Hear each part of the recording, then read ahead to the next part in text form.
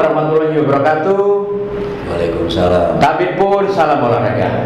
Teman-teman Koni TV dimanapun Anda berada, pemirsa yang sangat setia dengan Koni TV di hari ini, saya juga akan kembali bicara olahraga, dan kali ini masih sekitar catur, karena sekarang kita dengan pembina dan yang memiliki kapasitas bisa mendorong, memfasilitasi anak-anak muda bisa berprestasi di dunia catur dengan Bung Zaini Tubara. Selamat siang, Bung Zaini.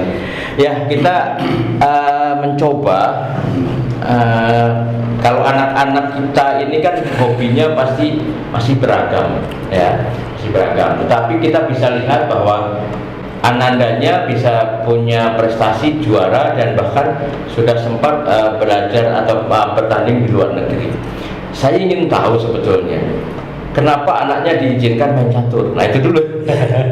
Ya, sebenarnya simpel aja, Mas. Karena awalnya di keluarga saya terutama itu anak-anak itu daripada main keluyuran siang awalnya, lebih baik kita kumpul keluarga, habis makan siang, ngobrol sama anak-anak, belajar main catur dan gaple sama ibu-ibunya juga ikut. Jadi rata-rata anak saya itu memang main catur. Nah, saya coba arahkan ke bela diri.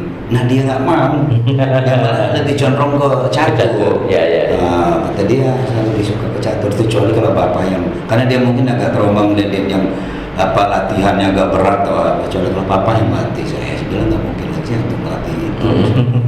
Nah, itu salah satunya awal itu.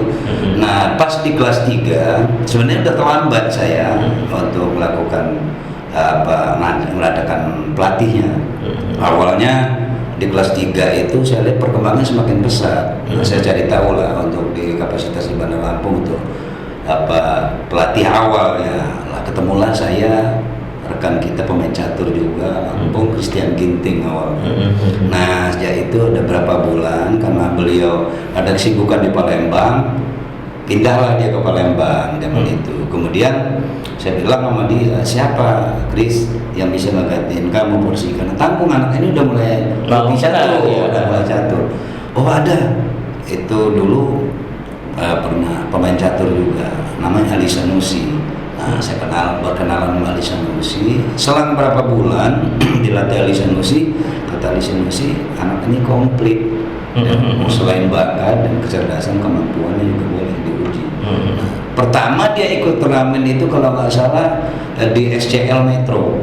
Kebetulan dia keluar sebagai juara 3. Nah, sejak dari situ lah udah diikut sertakan ke Sumbaksel juara 1, berapa kali juara 1, terakhir seleksi secara internal, cuman antar pemain catur, termasuk waktu itu di Jakarta terpilihlah anak kita ini dalam 13 calon master nasional.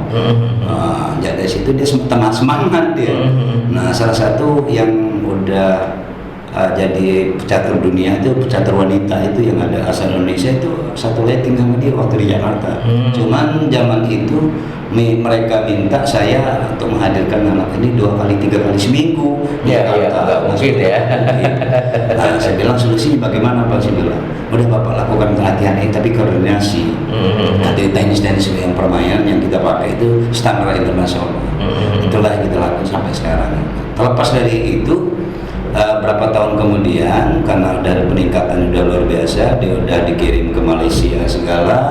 Karena zaman itu ada 8 orang anak Indonesia yang dikirim untuk ikut ke Asia Tenggara, juara Asia Tenggara zaman itu. Salah satunya Alfanjain dari Lampung, kemudian Aulia dari Lampung Marang 2. Ya, alhamdulillah kemarin itu dia masuk dalam 20 besar untuk itu, kemudian Aulia kalau saya juara 3 dia zaman itu.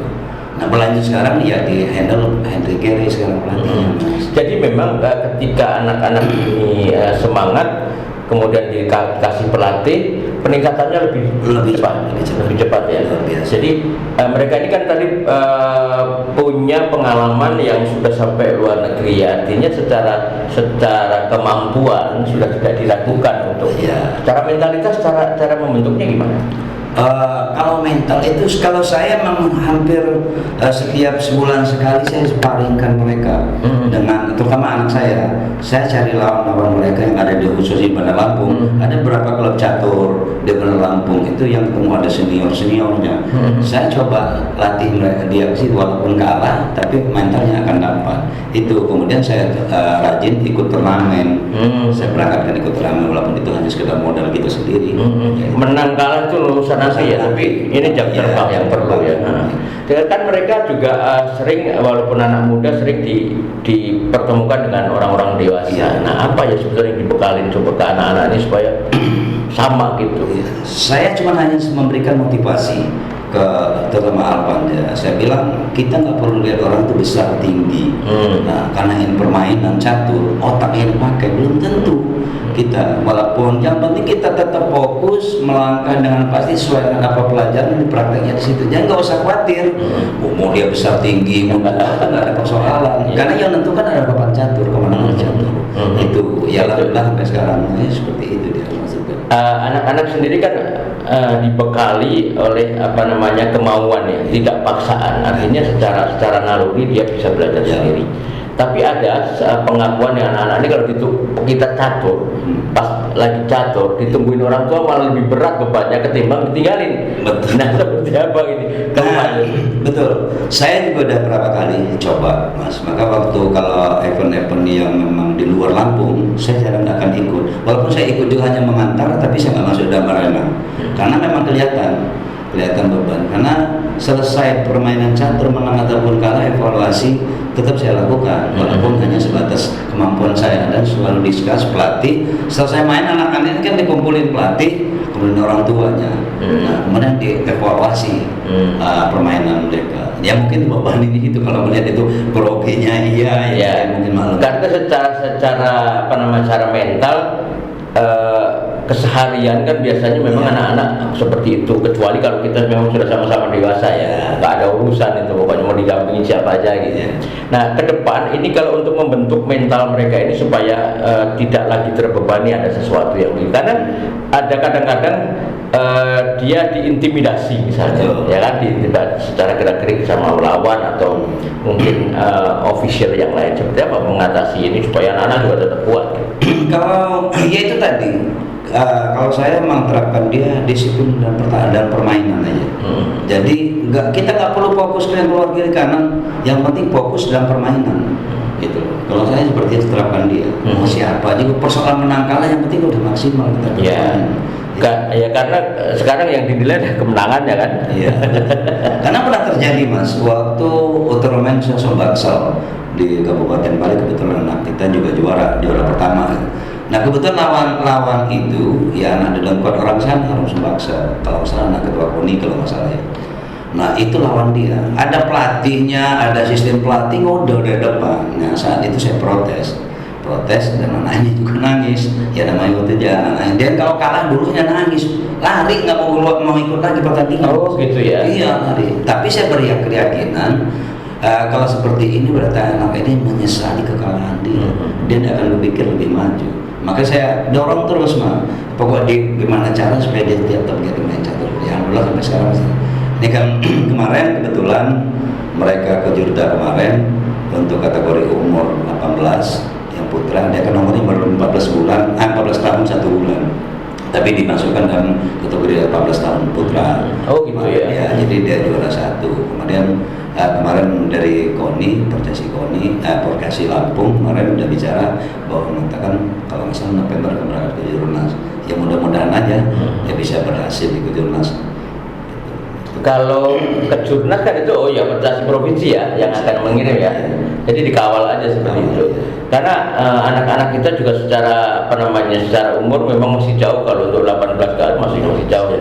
Tapi lawan-lawannya kemarin ke Jurnas cukup umur juga ya di 18. Iya, ada yang di 18 tahun, yang mendekati 18 juga ada.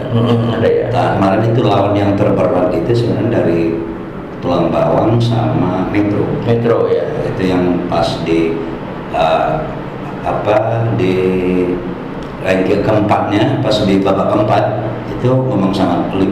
Sampai orang udah selesai semua emponya, dia orang masih bertanding karena memang tegang dia di partai keempat itu partai penentuan siapa yang akan keluar jadi juara gitu. Karena kalau yang 5 cuma hanya sekedar nambah aja lagi di poin. Alhamdulillah dia 4 poin kemarin. 4 poin dari sekitar 15 ya? Iya 15 itu semuanya lawan kalah ya berarti ya? Semua dari awal. Dua-duanya menangnya full poin ya.